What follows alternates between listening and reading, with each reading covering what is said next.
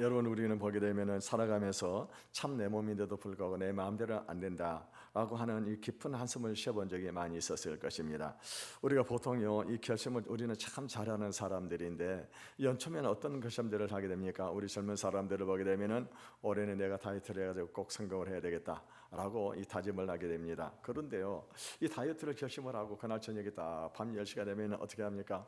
어디선가 모르게 이 아주 고소한 통닭 냄새가 코끝을 쫙 스치고 지나가게 되는 것입니다. 그러면 자기 자신도 모르게 그냥 이 배달 앱을 딱 쳐다보고 그리고 통닭을 시키고 그러고 난 다음에 이제 통닭 박스를 딱 영접을 합니다. 그러고 난 다음에는 자기 어떻게 합니까? 합리적인 그런 이 생각을 하게 되는 거. 그게 뭐냐?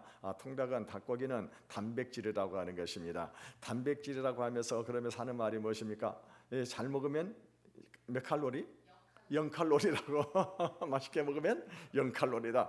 그러고는 어떻게 합니까? 그 순식간에 그냥 닭고기를 먹고 만다고 하는 것입니다. 그런데 여러분요, 어디 이런 일들이 다이어트뿐이겠냐고 하는 것입니다.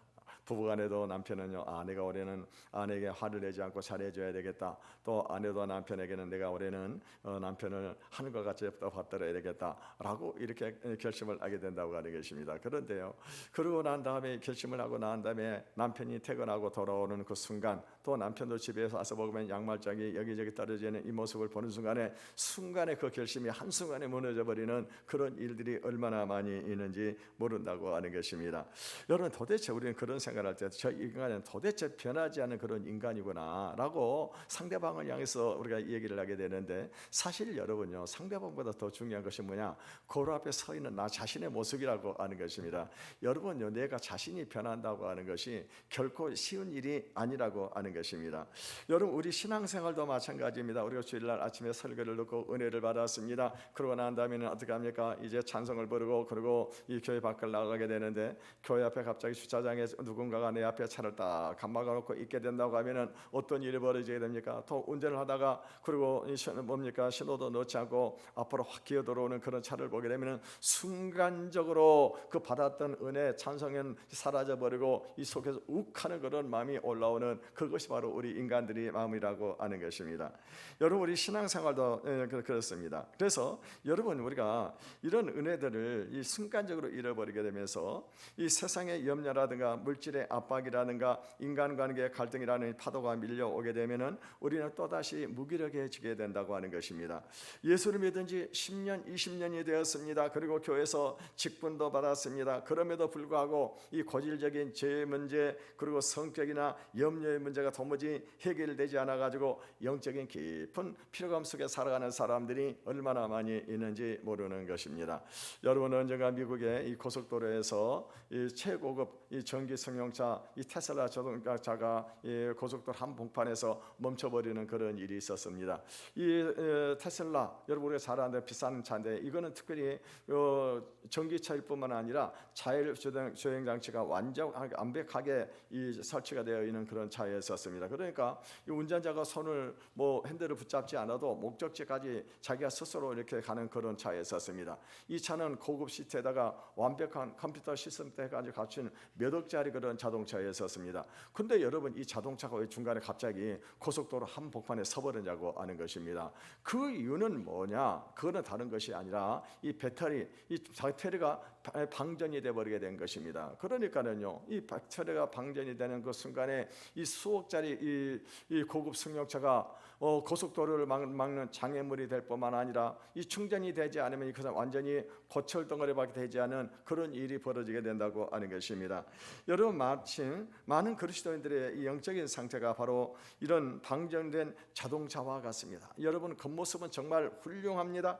그럴듯한 교회 직분도 가졌고 성경 지식도 많이 알고 있습니다. 예배도 빠지지 않습니다. 외형적으로는 아무런 문제가 없는 최고급의 신앙의 모습인 것입니다. 그런데요, 정작 나의 삶을 움직이고 세상의 유혹을 이겨내고 원수를 사랑하게 만드는 영적인 이 에너지가 내 심령 깊은 곳에서 완전히 고갈이 되어 있는 것입니다. 오늘 우리는 교회력에서 가장 위대한 날 중에 하나인 성령 강림절을 맞이하고 있습니다.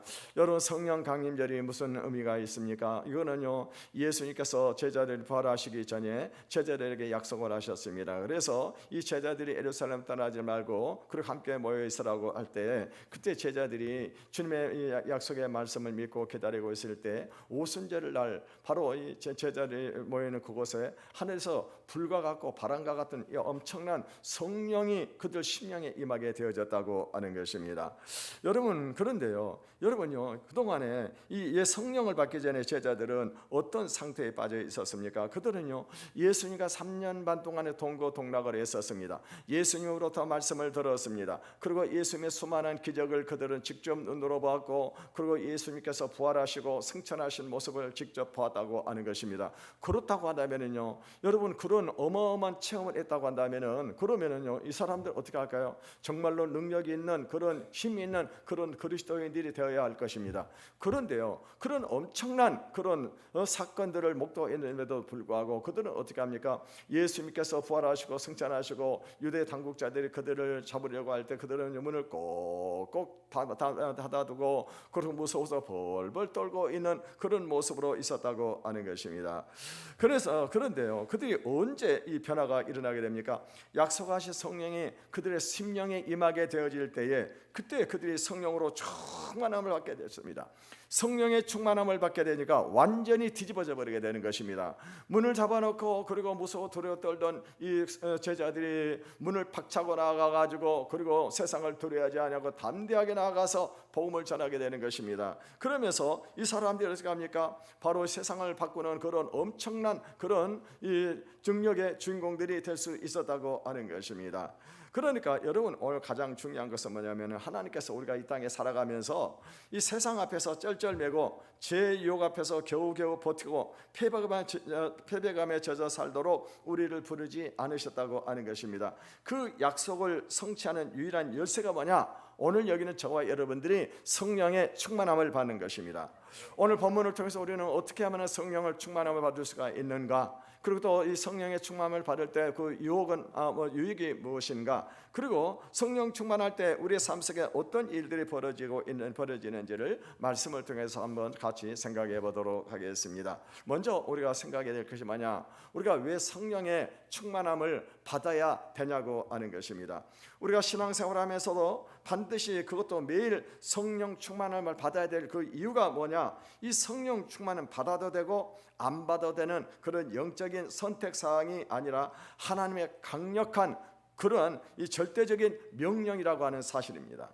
여러분, 많은 사람들이 오해하고 있는 것이 무엇입니까? 성령 충만은 기도원이라든가 아니면 특별한 그런 사람들이 밤새도록 버려져 있어서 기도해가지고 받는 그런 것이다, 아니면 목사님이나 선교사님 같은 이런 분들에게 주시는 그런 하나님의 은혜라고 생각을 하는 그런 사람들이 있습니다. 여러분요, 이것은요 굉장히 큰 오해입니다. 대부분의 사람들은 나 같은 평범한 신도는 그저 주일 예배에 빠지지 않고 11조 생활 잘하고 교회에서 조용히 봉사하면 되지 무슨 성령 충만까지 바랄 수 있겠느냐라고 생각을 하는 분들이 많이 있다고 하는 것입니다. 여러분, 이거는요 마귀가 주는 아주 무서운 영적인 속임수인 것을 믿으시길 바라겠습니다. 우리 18절의 말씀을 같이 읽어보겠습니다. 시작. 술 취하지 말라, 이는 방탕한 것이니 오직 성령으로 충만을 받으라. 이 사도 바울은요 지금 영적인 깊은 원리를 성도들에게 가장 쉽고 직관적으로 지금 설명을 하고 있습니다. 그래서 이 술 취함과 성령 충만함을 대조해 가지고 지금 말씀을 하고 있습니다. 여러분, 술 취한 사람들의 가장 큰 특징이 무엇일까요? 그거는요 바로 무언가에 완전히 지배를 받고 살아가고 있다고 하는 것입니다. 술이 사람 속에 가득 차게 되게 되면 그때부터는요 그 사람의 어떤 평소 이성이나 점잖은 성품이나 고상한 지식이 작동하는 것이 아니라 술이 그 사람을 지배를 해버리게 된다고 하는 것입니다. 그러니까요 예전에는요 아주 맨정신에는 그렇게 얌전하고 순한 그런 사람들, 말 한마디도 제대로 하지 못하고 새색시같이 같이 말을 한마디 하려면은 부끄럽게 생각하는 그런 사람들이 있는데, 술이 한 잔 딱 들어가게 되면 어떻게 합니까? 어디서 그런 담대함이 나오니 콘소리를 치게 되고 그래서 뻥뻥 치게 되면서 어떻게 합니까? 아주 뭐 자기가 모든 것을 다 할 수 있는 것처럼 이게 사람이 변화가 일어나게 되어진다고 하는 것입니다. 그러면서 어떻게 하면 술이 한 잔 들어가게 되면은요, 콧노래를 부르면서 막 그냥 유행가를 불러대는 이런 모습을 우리가 흔히 볼 수가 있는 것입니다. 여러분, 왜 그럴까요? 지금 그 사람이 이성과 내가 술의 지배를 받고 있기 때문입니다. 내 걸음걸이와 혀의 말과 머리의 생각을 술이 통제하고 조정하고 있는 상태, 이것이 바로 술 취함이라고 하는 것입니다. 그렇다면은 바울이 지금 대조하고 있는 성령의 충만함은 무엇을 말하는 것일까요? 그거는요, 술 취함의 지배를 받는 상태가 아니라 내 삶의 운전대를, 내 인생의 운전대를 성령님에게 맡기는 것입니다. 그리고 내 생각과 감정과 의지가 성령님의 완벽한 통제와 다스림을 받는 상태를 의미하는 것입니다. 여러분, 많은 사람들은요, 성령 충만이라고 하면 내가 성령의 충만함을 받아가지고 그래서 능력을 행하고 그리고 내 사업도 변창시켜야 되겠다는 그런 생각을 하는 사람들이 있습니다. 그런데요, 그것은 영적인 교만인 것입니다. 진짜 성령 충만은 내가 성령님을 소유하는 것이 아니라 성령님이 나를 소유하도록 나를 맡겨드리는 것입니다. 그러니까 성령님이 내 삶을 이끌어가고 내 인생의 모든 것들을 성령님이 주관하게 하는 것입니다. 그러니까 내가 한 사람이 내가 어떻게 합니까? 나의 나던 것들을 십자가에다 못을 받고 그리고 주님의 영이 내 안에 들어오셔가지고 내가 한 사람의 작은 예수로 살아가는 것, 이것이 바로 성령 충만함의 상태라고 하는 것입니다. 여러분, 어떻게 이것이 가능하냐고 하는 것입니다. 여러분, 우리 삶에는요, 이 초자연적 이런 일이 날 때 우리 삶 속에서 이 초자연적인 그런 역사가 일어나는 것을 믿으시기를 바라겠습니다. 내 성품과 내 원래 성격으로는요, 도저히 저 사람을 용서할 수도 없고 얼굴도 보기 싫은데 내 안에 계신 성령님이 내 마음을 강권적으로 지배하게 되니까 내 의지를 꺾고 내 입술에서 용서와 축복의 말이 쏟아지게 되는 것입니다.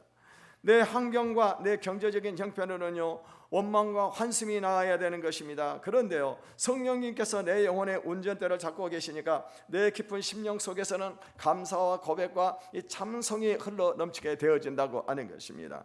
내 실력과 도덕성으로는요, 제 욕 앞에서 여지없이 무너지게 되는데 성령께서 내 생각을 사로잡고 계시니까 죄를 미워하고 단호하게 끊어버리는 그런 결단이 가능해지게 되는 것입니다. 이것이 바로 성령 충만의 본질이자 능력인 것입니다.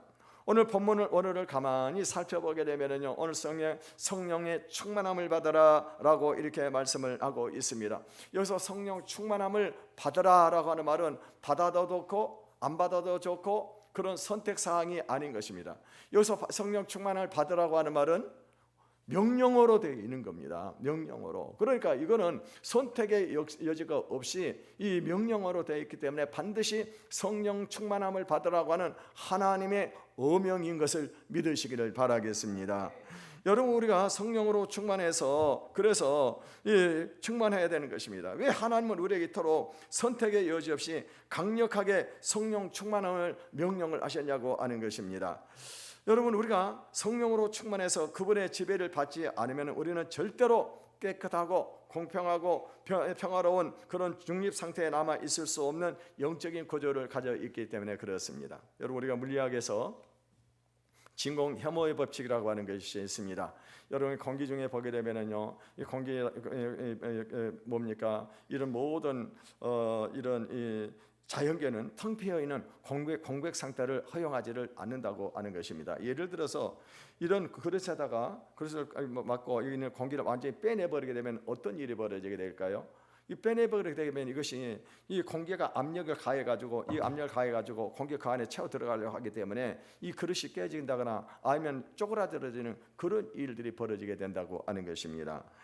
여러분요, 그러니까 이 영적인 원리도 똑같습니다. 영적인 세계에서 중간 시대 진공 상태는 존재하지를 않는다고 하는 것입니다. 이 예수님께서 마태복음 15장에서 아주 무서운 경고를 하셨습니다. 그게 뭡니까? 어떤 사람에게서 귀신이 들려떠 있는 사람이 귀신이 떠나가게 되었습니다.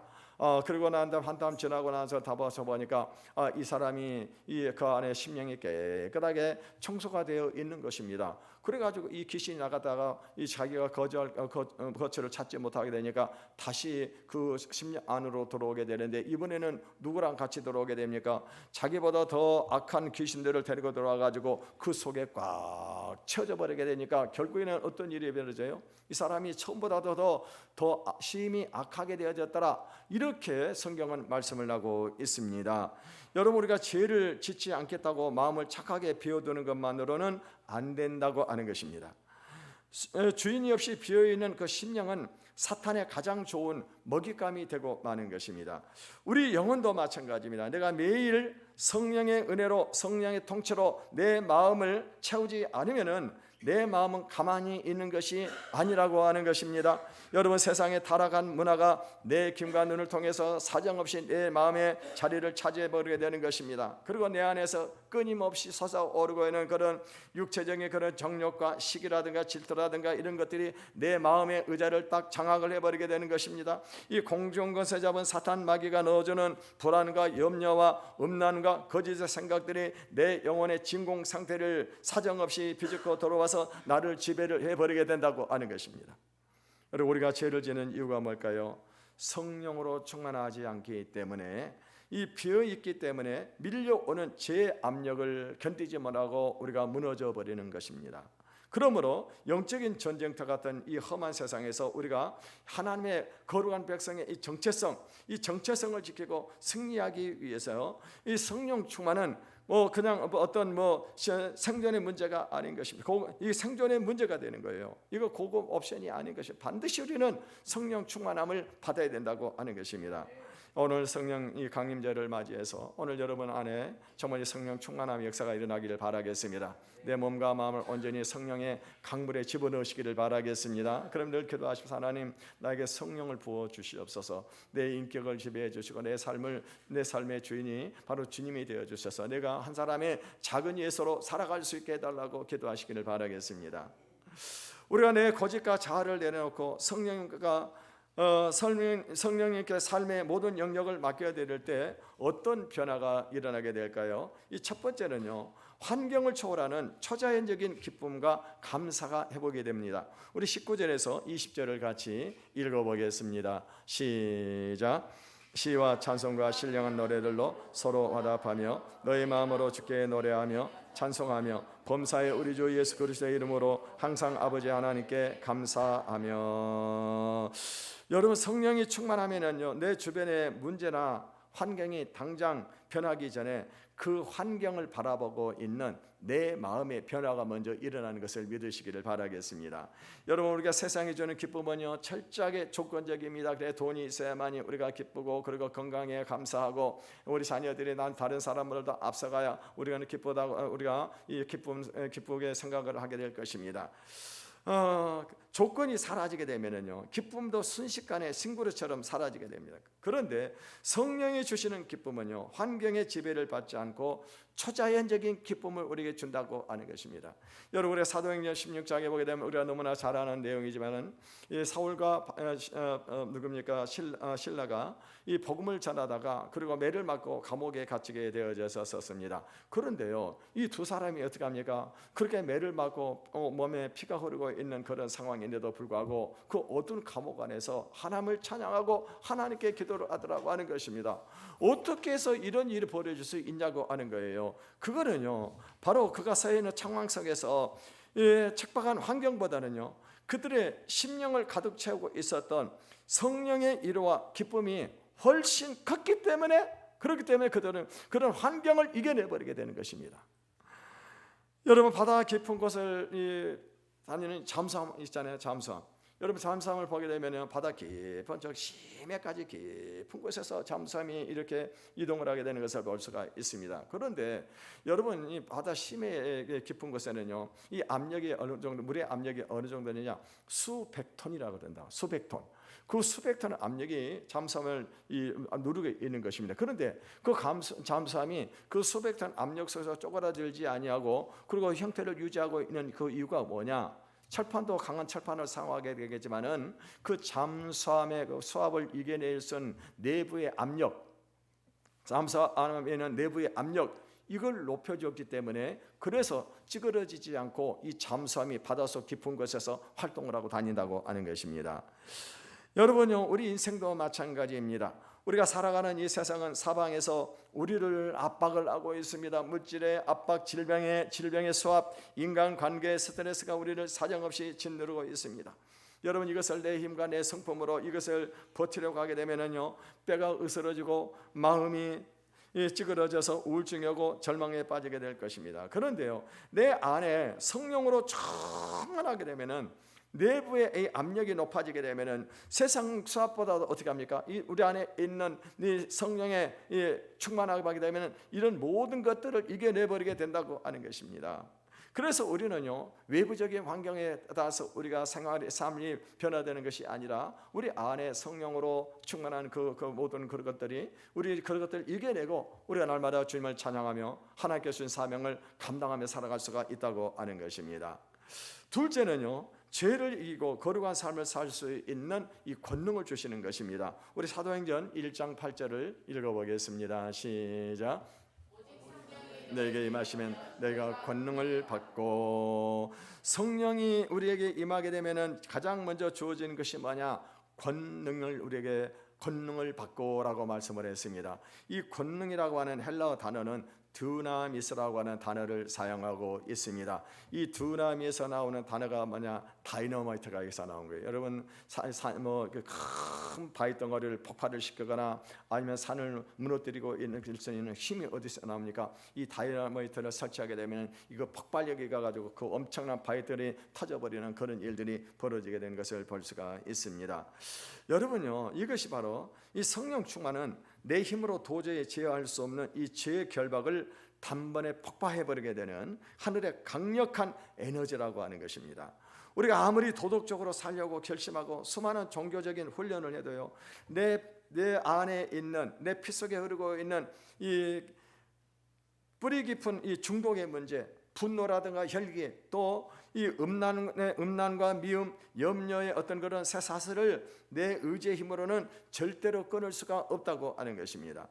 여러분, 다이어트 결석도 쉽게 무너져 버리게 되는데 우리 그런데 어떻게 거대한 죄의 세력을 우리가 내 힘으로 이겨낼 수 있겠냐고 하는 것입니다.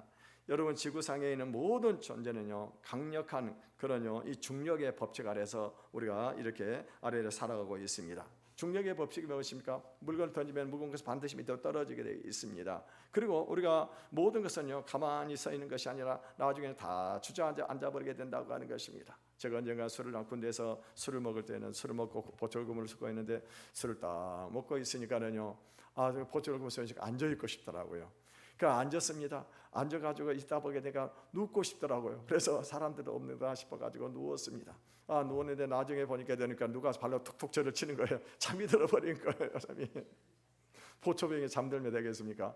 다행히 제가 고참이어서 다행이었지만은요, 정말 큰일 날 뻔했었죠. 여러분, 그렇습니다. 여러분요, 우리가 이렇게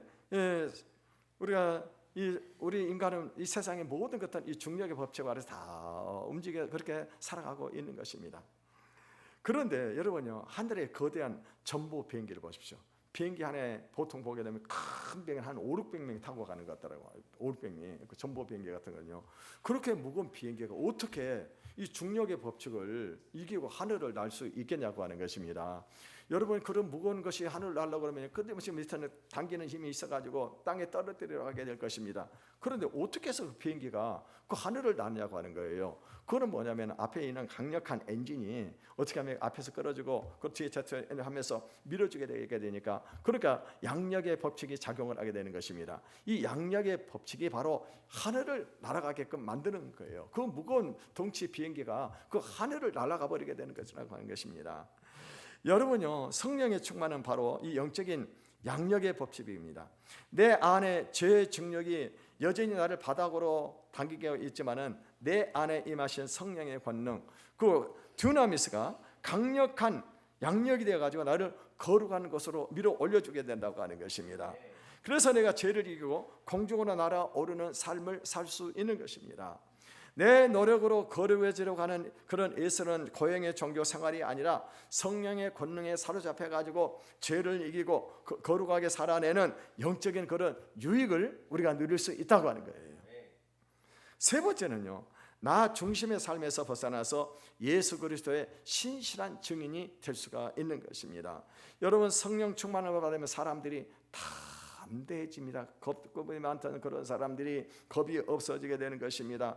여러분, 성령 충만을 받기 전에 제자들의 모습을 보십시오. 제자들은요, 예수님이 십자가에 죽으시고 나게 되니까요, 문을 걸어 잠그고는요 꽁꽁 잠가두고 그 안에서 벌벌 떨면서 두려워하고 있었습니다. 베드로는 어떤 사람이었습니까? 베드로는요, 이 예수님이 십자가에서 붙잡혀 가실 때 살기 위해 가지고 그 여종 앞에서도 3번씩이나 예수님을 모른다고 부인했던 그런 겁쟁이였다고 하는 것입니다. 그런데 성령의 충만함을 받고 나게 되니까 어떤 일이 벌어지게 됩니까? 그들이요, 이 180도로 뒤집어지게 됩니다. 더 이상 내 성공과 인생의 자기 목적을 위해서 살아가지 않게 되고요, 문을 박차고 나가지고 담대하게 복음을 전하게 되는 것입니다. 예수님이 바로 그리스도라고 하는 것입니다. 그러면서 어떻게 합니까? 세상의 권세를 가진 그런 권력자들 앞에서 우리가 보고 들은 것을 말하지 아니할 수가 없다. 우리가 사람의 말을 듣는 것이 옳으냐, 하나님의 말을 듣는 것이 옳으냐, 하나님의 말을 듣는 것이 옳다라고 그렇게 담대하게 그렇게 가가지고 이 증거를 하게 되는 것을 볼 수가 있습니다. 어떤 분이 나침반을 가지고 이 실험을 했습니다. 어떤 과학자가, 여러 나침반은 항상 어디를 향하고 있습니까? 바늘이 N극, 다시 말하면 북쪽을 향해서 바늘이 항상 있습니다. 북쪽을 향해 가지고. 그런데 이 과학자가 한번 어떻게 실험을 했는데 자석을 갖다 한번 거기다 대봤습니다. 그랬더니 자석을 대게 되니까는 이 나침반이 심하게 흔들리더니 자석을 따라오는 거예요. 자석이 동쪽으로 가면 동쪽으로, 남쪽으로 가면 남쪽으로, 서쪽으로 가면 서쪽으로 따라오게 되더라고 하는 것입니다.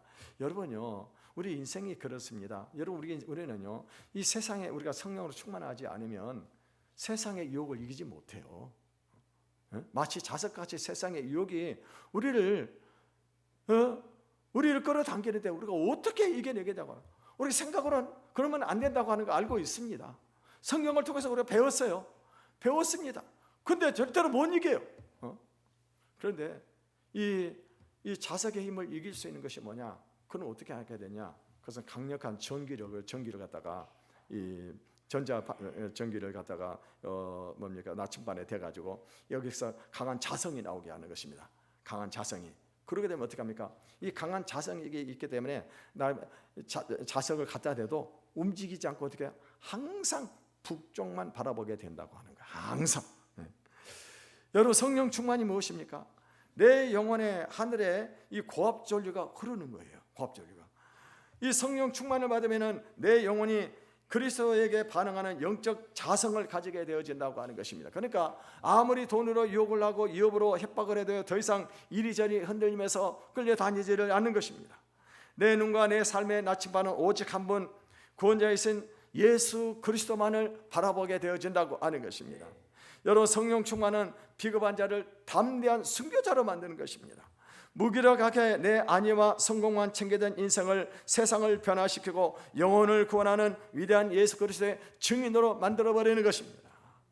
여러분, 그렇다면 우리가 어떻게 해야만이 성령의 충만함을 받고 예수 그리스도와 동행하면서 그분의 능력 있는 삶을 살 수가 있을까요? 첫 번째는 우리의 죄를 철저하게 회개하고 깨끗한 그릇을, 마음의 그릇을 만드시기를 바라겠습니다. 우리 사도행전 2장 38절을 읽어보겠습니다. 시작.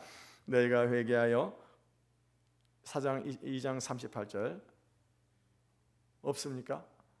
제가 한번 읽어드리겠습니다.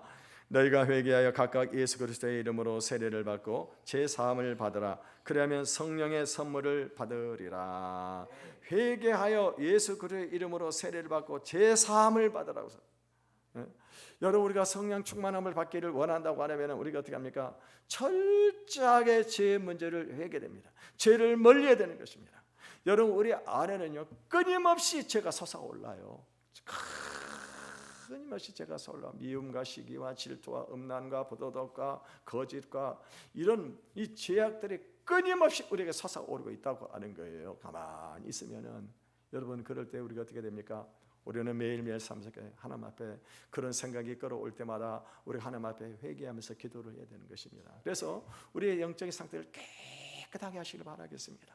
여러분 제발 부탁인데 저녁에 잘 때 그냥 아이고 편하다고 들어놓아서 자지 마시길 바라겠습니다. 저녁에 자기 전에 하루 일과를 반드시 여러분 하루를 살펴보시길 바라겠습니다. 저는요 매일 이 일과 끝나고 나면은요 휴대폰을 딱 봐가 오늘 내가 누구하고 통화를 했는지, 어떤 내용의 대화를 했는지, 내가 누구를 만났는지, 누구와 만나서 대화를 했는지, 오늘 내 마음속에 어떤 마음을 품고 있었는지 이걸 일일이 다 점검합니다.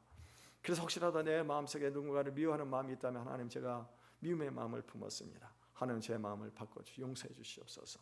내가 혹시라도 어떤 그런 세상을 사랑하는 그런 마음이 있었다고 하면 하나님 저도 모르게 또 세상을 사랑하는 마음을 가지고 있었습니다. 하나님 용서해 주시옵소서. 하늘의 그 영광을 바라보게 하시고 그래서 세상의 유혹을 이기게 해 주시옵소서. 매일매일 회개합니다. 매일매일.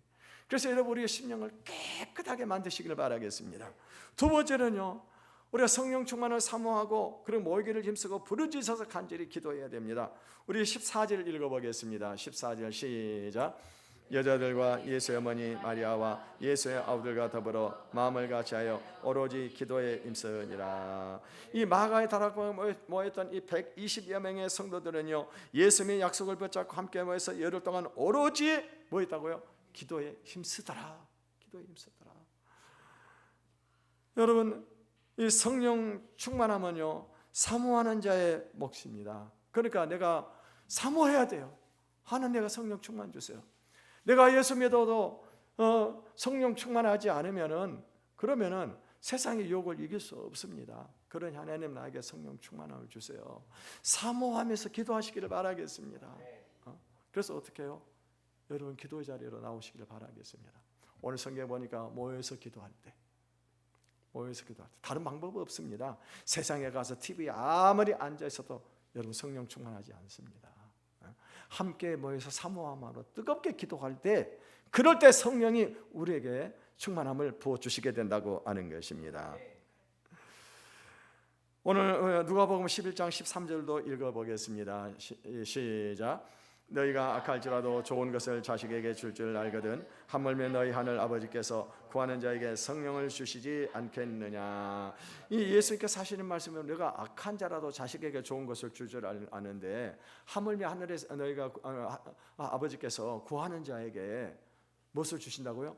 성령을 주시지 않겠느냐라고 말씀을 하시는 것입니다. 그러므로 여러분 우리가 늘 함께 모여서 뜨겁게 기도하시기를 바라겠습니다. 성령 충만을 소망하시기를 바라겠습니다. 세 번째는요, 매 순간에 성령의 세미한 음성에 우리가 즉각 순종을 해야 된다고 하는 것입니다.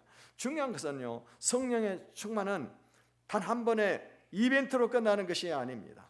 본문 5장 에베소서 5장 18절을 보게 되면은요, 충만함을 성령 충만함을 받으라라고 되어 있습니다. 근데 이것을 이 문법으로 이 분해를 해보게 되면은요, 현재 수동태 2인칭 명령형입니다. 그러니까 이거는 무엇을 말하는 것입니까? 이거는 매일 매 시간 계속해서 우리가 반복적으로 성령의 충만함을 받으라고 하는 거예요. 여러분 사실 우리 가운데도 그런 분들이 많이 계실 것입니다. 한때는 정말 내가 성령 충만 받았습니다. 기도가 뜨거웠습니다. 마음도 뜨거웠었습니다. 복음 전하고 싶어. 근데 어느 순간에 이 그런 마음들이 사라져가지고 지금 영적으로 나태해지고 그래가지고 어떻게 합니까? 지금은요 바닥에 있는 그런 분들이 있습니다. 이런 분들이 특징이 뭐냐? 내가 과거에 이런 사람이었다고 하는 과거가 중요한 게 아니라니까요. 과거가 지금이 중요한 거면 지금이 중요한 거예요. 과거는 옛날 일이에요. 여러분 지금 우리가 천국에 들어가는 것이 과거의 신앙 가지고 들어가는 것입니까? 아니에요. 지금 내 신앙을 가지고 천국에 가는 거예요. 오늘 저녁에 만약에 주님이 나를 부르신다고 할 때 내가 만약에 그런 부르심 앞에 설 수 있는 그런 믿음이 없다고 한다면 우리는 천국에 들어가지 못하는 겁니다. 과거의 열심? 아니에요. 항상 현재예요. 현재. 그래서 우리는 늘 현재 내가 성령 충만해야 된다고 하는 것입니다. 그래서 우리는요 매일 이 성령의 음성을 듣고 우리가 순종하는 훈련을 해야 됩니다. 성령님은 인격적인 분이십니다. 우리가 말씀을 읽을 때 혹은 기도할 때 내 마음에 세미한 감동을 주십니다. 가서 사람들에게 가서 네가 먼저 미안하다고 용서를 내가 구해라. 어떨 때는 어떻게 합니까? 힘들어하는 그런 성도들에게 전화를 걸어서 위로의 말을 해주고 기도를 해줘라. 또 어떤 경우는요, 네 지갑을 열어서 그 사람을 도와주라 라고 그렇게 말을 할 수가 있습니다. 여러분, 성령님께서 우리에게 감동을 주실 때 늘 어떻게 합니까? 우리 보고 손해보라고 하는 거예요. 내 물질을 갖다 줘라, 다른 사람을 섬겨라, 네가 먼저 손해를 봐라. 항상 성령님께서는 우리에게 그렇게 말씀을 하셔요.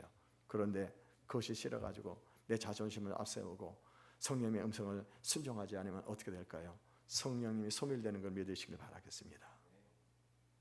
왜? 성령님이 말씀을 하시는데도 불구하고 순종하지 않는데, 성령님이 더 이상 말할 이유가 없잖아요. 순종하지 않는데. 그러니까 여러분, 우리가 성령님의 음성에 민감하시길 바라겠습니다. 날마다 성령과 동행하고 성령으로 충만한 삶을 살아가는 비결이 뭐냐? 그런 그분의 음성을 늘 듣기를 위해서 귀를 기울여야 돼요. 하나님이 지금 나에게 무엇을 요구하고 계시는가? 그 음성을 듣고 그대로 순종하시기를 바라겠습니다. 그럴 때 성령님께서 함께 하시는 그런 능력의 역사가 나타나게 되어진다고 하는 것입니다. 성령님은요, 저 멀리 하늘 높이서 계셔가지고 우리의 고해 성사를 하거나 특별한 도를 닦아야만 만날 수 있는 분이 아닙니다. 예수 그리스도를 나의 구주 나의 하나님으로 영접할 때 이미 오늘 여긴 저와 여러분에게 성령을 주신 것을 믿으시기를 바라겠습니다. 오늘 우리가 성령의 강림절을 기점으로 해가지고 우리의 삶의 주권을 온전히 성령님께 맡기시기를 바라겠습니다. 나의 연약함을 정직하게 인정하고 회개와 간절한 기도로 성령의 충만함을 구하시기를 바라겠습니다. 그래서 세상의 거친 풍파와 유혹 속에서도 주님이 부어주시는 하늘의 기쁨을 누리며 죄를 이기는 권능을 가지고 이 땅에 살아가신 예수 그리스도의 신실한 증인으로 살아가는 그런 복된 삶을 살아가시기를 주님의 이름으로 축원을 드리겠습니다. 이 시간 우리 찬양 한 곡 부르고 한번 뜨겁게 기도하는 시간을 갖도록 하겠습니다. 오소서 진리의 성령님, 이 땅 흔들며 임하소서. 찬양 드리겠습니다.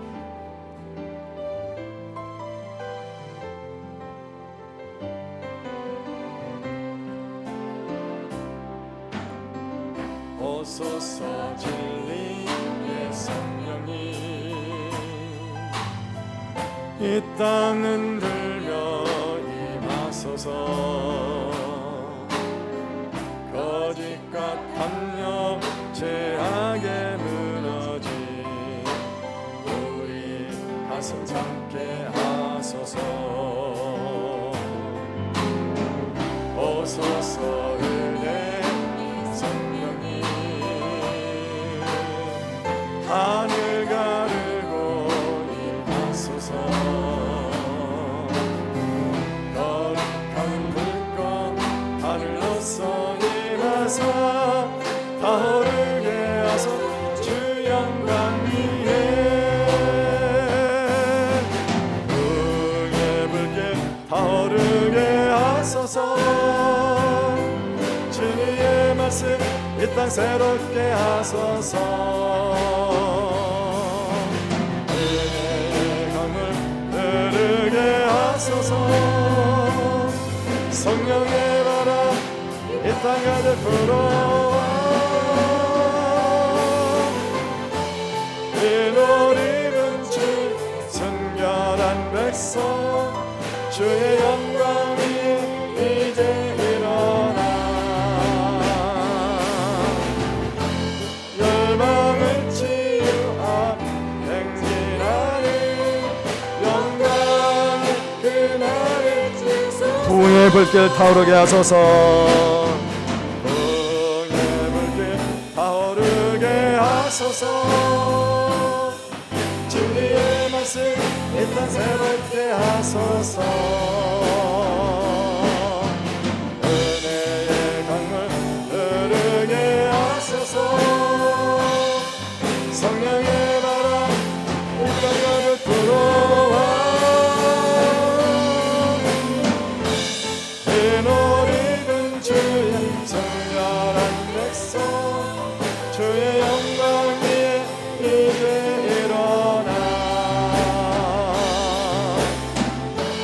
열망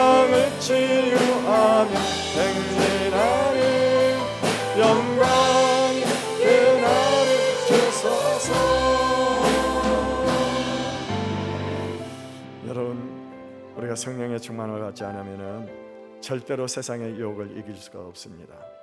마치 사색이 끌면 끌어가는 대로 세상의 욕망과 육체의 정욕 그리고 세상에 있는 것들을 사랑하면서 살아갈 수밖에 없습니다.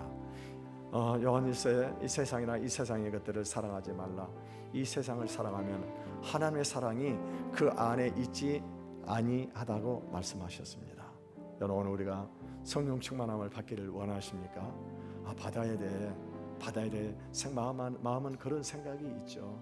근데 중요한 게 뭡니까? 우리가 몸으로 움직이질 않은 겁니다. 행동으로 우리가 살아내지를 않는 겁니다. 이 시간 하나님 우리에게 성령을 부어 주시옵소서. 우리가 충만하지 않고는 우리가 주신 사명을 감당할 수가 없습니다. 세상을 이겨낼 수가 없습니다. 하나님, 우리 이 시간에 성령을 부어달라고 세상의 유혹을 이기고 우리에게 주신 사명을 감당하게 하시고 주말 폈을 때 차례다 칭찬을 받는 우리 어떻게 해달라고 우리 주여를 청하고 통성으로 기도하겠습니다.